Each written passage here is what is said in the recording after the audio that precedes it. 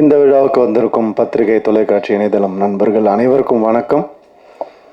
அழகான ஒரு மேடை, அது உங்களுக்கு பார்த்தாலே தெரியும். ஸோ இவங்க எல்லாருக்கூடையும் நான் ஒர்க் பண்ணியிருக்கேன்னு நினைக்கும் போது எனக்கு ரொம்ப சந்தோஷமாக இருக்குது. அந்த அழகு படத்துலையும் அப்படியே நம்ம கேமேக்கு கேப்சர் பண்ணியிருக்காரு. ஒவ்வொருத்தருடைய எக்ஸ்ப்ரெஷனையும் ஒவ்வொருத்தருடைய எமோஷனையும் அவ்வளோ அழகாக கேப்சர் பண்ணியிருக்காரு.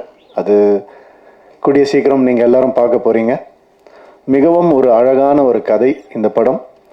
இந்த படம் டைட்டிலே காதலிக்க நேரமில்லை பயங்கர கேட்சியாக இருந்துச்சு.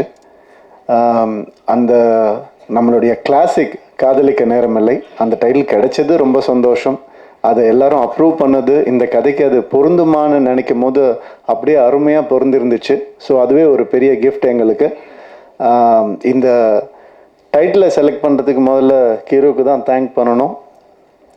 அண்ட் டைட்டில் கூட விட்டுட்டாங்க. அது என்ன நித்யா மேனன் முதல்ல, அப்புறமா ஜெயம் ரவி. அதுதான் முதல்ல ஒரு கேள்வியாக இருந்தது. அப்படி என்ன உங்களுக்கு கான்ஃபிடென்ஸ் அப்படின்னு கேட்டாங்க.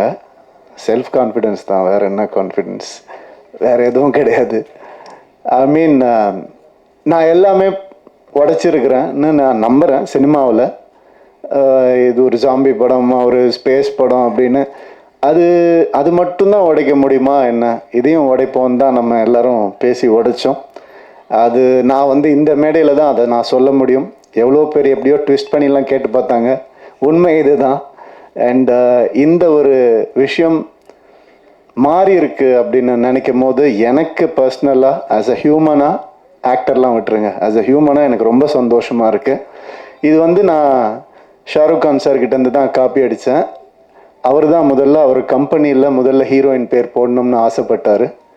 அதே மாதிரி நான் எப்போல்லாம் பெண் இயக்குனர்களோட நான் நடிக்கிறேனோ, அப்போ ஒர்க் பண்ணுறனோ, அப்போ எல்லாம் இந்த மாதிரி பண்ணணும்னு நான் நினச்சிட்ருக்கேன். அதுக்கு சப்போர்ட் பண்ணவங்க எல்லாருக்கும், என் ஃபேன்ஸுக்கு எல்லாருக்குமே ரொம்ப ரொம்ப நன்றி.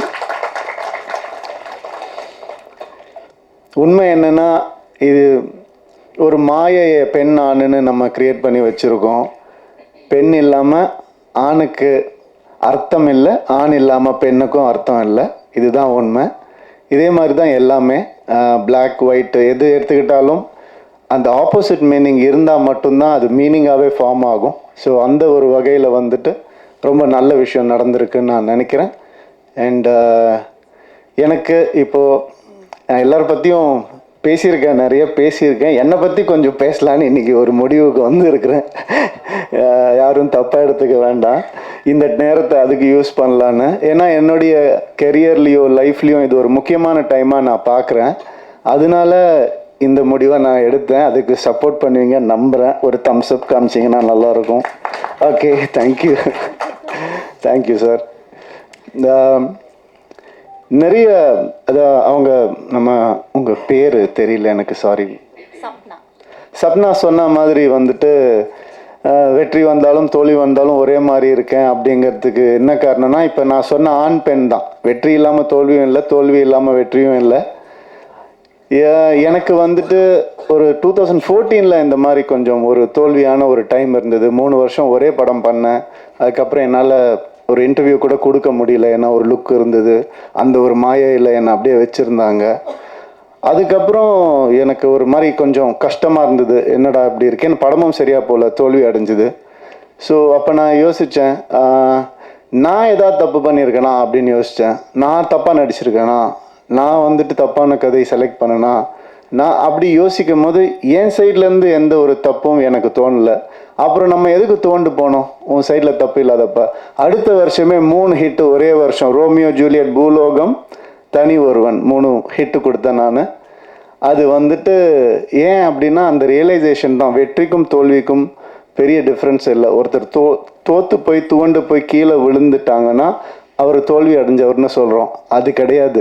அவர் திருப்பி எந்திரிக்காமல் இருந்தால் தான் அவர் தோல்வி அடைஞ்சவர். திருப்பி எந்திரிச்சிட்டாருன்னா அவர் தோல்வியே கிடையாது. இந்த வருஷம் நான் திருப்பி எந்திரிப்பேன்னு சொல்ல வரேன், வேற ஒன்றும் இல்லை. Thank you so much. அதுக்கான நிறைய நல்ல படங்கள் ஒரு லிஸ்ட் என்கிட்ட இருக்குது, நல்ல லைனப்ஸ் என்கிட்ட இருக்குது, நல்ல திறமையான டைரக்டர்ஸ் என் கூட இருக்காங்க. அடுத்தது சுதா கொங்கரா மேம் கூடயும் இன்னொரு படம் பண்ணுறேன், பெண் இயக்குனர். ரொம்ப சந்தோஷமாக இருக்குது. எனக்கு பெண் இயக்குனரை வேறு எப்படி அட்ரஸ் பண்ணுறதுன்னு தெரியல, அதனால அப்படி தான் நான் சொல்கிறேன். ஸோ அது ஒரு பெரிய டேர்ம் கிடையாது, டிரெக்டர், அவ்வளோதான். ஸோ இந்த மாதிரி நிறைய நல்ல விஷயங்கள் என் லைஃப்பில் நடந்துகிட்டு இருக்குது. ஒரு நல்ல மாற்றங்கள் நடந்துகிட்ருக்கு. கிளியராக திங்க் பண்ண முடியுது அண்ட் சந்தோஷமாக இருக்கேன். Thank you so much. காதலிக்க நேரமில்லை பற்றி கொஞ்சம் பேசிடுறேன். இந்த படம் வந்துட்டு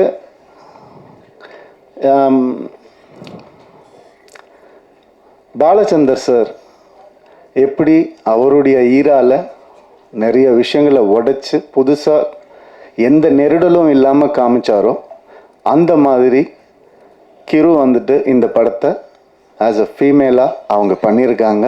அவங்களுக்கு பாலச்சந்தர் சாருக்கு கிடைச்ச அந்த பேர் இந்த படத்து மூலமா கிடைக்கணும்னு நான் மனசார வேண்டிக்கிறேன். அண்ட் இந்த படம் பல உண்மைகளை வெளிக்கொண்டு வந்திருக்கு. உண்மைகள்லாம் ஒளிச்சு வச்ச உண்மைகள் கூட கிடையாது, நம்ம ஏற்றுக்க முடியாத உண்மைகளை வந்துட்டு வெளிக்கொண்டு வந்திருக்கு. அண்ட் இந்த படம் இந்த ஜென்ஸி அப்படிலாம் நம்ம சொல்கிறோம் இல்லையா, அது வேறு வழி இல்லை சார், நம்ம மாறி தான் ஆகணும். நீங்கள் வந்து பேப்பரும் பேனாவும் சில வருஷம் முன்னாடி பிடிச்சிட்டு உட்காந்துருந்தீங்க, இப்போ கேமராவை கையில் பிடிச்சிட்டு உட்காந்துருக்கிறீங்க. அந்த மாதிரி இந்த படம் சில மாற்றங்களை கொண்டு வரும். அது ரொம்ப நவீனமாக இருக்கும், ரொம்ப மாடர்னாக கண்டிப்பாக இருக்கும். அந்த சில கான்செப்ட்ஸ் வந்துட்டு சொல்கிறது வந்து மிக தைரியம் வேணும். எப்படி வந்துட்டு கிரு வந்துட்டு ஒரு டயலாக், அதாவது உங்கள் எல்லாத்தையும் வந்து உங்களுடைய எல்லா பிரச்சனையும் வந்துட்டு ஃபெமினிஸ்ட் ஆங்கிளில் திணிக்காதீங்கன்னு ஒரு ஃபீமேல் டைரக்டர் சொல்லும் போது அதுக்கான வேல்யூ வந்துட்டு 100 மடங்கு அதிகமாகுது. ஸோ அதனால இந்த மாதிரி விஷயங்களை பேலன்ஸாக சொல்லியிருக்கிற ஒரு படம் காதலிக்க நேரமில்லை. நிறைய வேல்யூஸை வந்துட்டு புதுசாக சொல்லியிருக்கக்கூடிய ஒரு படம். நம்ம எப்போவுமே நம்ம லைஃப்பில் சினிமா ஒரு பார்ட், அதை யாராலையும் மறுக்கவே முடியாது. அம்மா அப்பா சொல்லி கொடுக்காத சில விஷயங்களை கூட சினிமா சொல்லி கொடுக்கும்ன்ற நம்பிக்கையில் தான் நான் சினிமாக்குள்ளே வந்தேன். அந்த மாதிரி இந்த ஜென்ரேஷனுக்கு சொல்லி கொடுக்க முடியாத, பேச முடியாத சில விஷயங்களை ரொம்ப அழகாக டீல் பண்ணியிருக்காங்க. இந்த மாதிரி திறமையான தைரியமான டிரெக்டர்ஸ் இன்னும் வரணும் தமிழ் சினிமாவுக்கு நான் ஆசைப்படுறேன். வர பொங்கலுக்கு இந்த படம் ரிலீஸ் ஆகுது. கண்டிப்பாக தேட்டரில் வந்து பாருங்கள்.